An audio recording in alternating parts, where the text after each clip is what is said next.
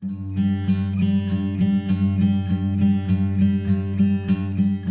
naam is Sarah, ik ben 16 jaar oud. Ik schrijf gedichten deels over geschiedenis, deels over het dagelijks leven. En daar ben ik mee begonnen toen ik me kon herinneren dat ik mee begonnen ben, dus sinds dat ik kon schrijven eigenlijk. Ik heb meegedaan aan taal en die categorie betekent voor mij eigenlijk vrijheid. Van je kunt schrijven wat je wil en het is jouw gevoel.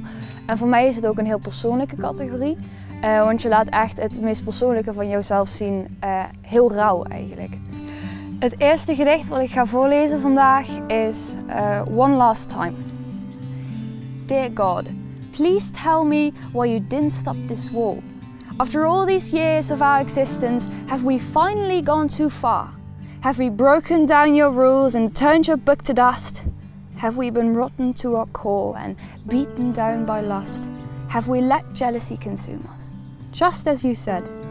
Have we let the devils and demons get into our head? Have we used our tongues in vain? Have we forgotten to use our brain? Dear God. Ik heb nu al 3 keer meegedaan, of ja, dit jaar wel mijn 3e keer. En kunstbende is voor mij een familie eigenlijk. Het is allemaal mensen die heel enthousiast zijn en die jou accepteren hoe je bent en ze vinden het allemaal geweldig. En het is heel open en warm om daar te zijn en dit is gewoon echt een familie. Have we been knocking on heaven's door to await when you fall? Have we made a deal with the devil when you told us to keep away? Have we ignored you when we should have listened every single day? Have we forgotten to show off what you made us to be? Have we forgotten to recognize a danger which we can't even see?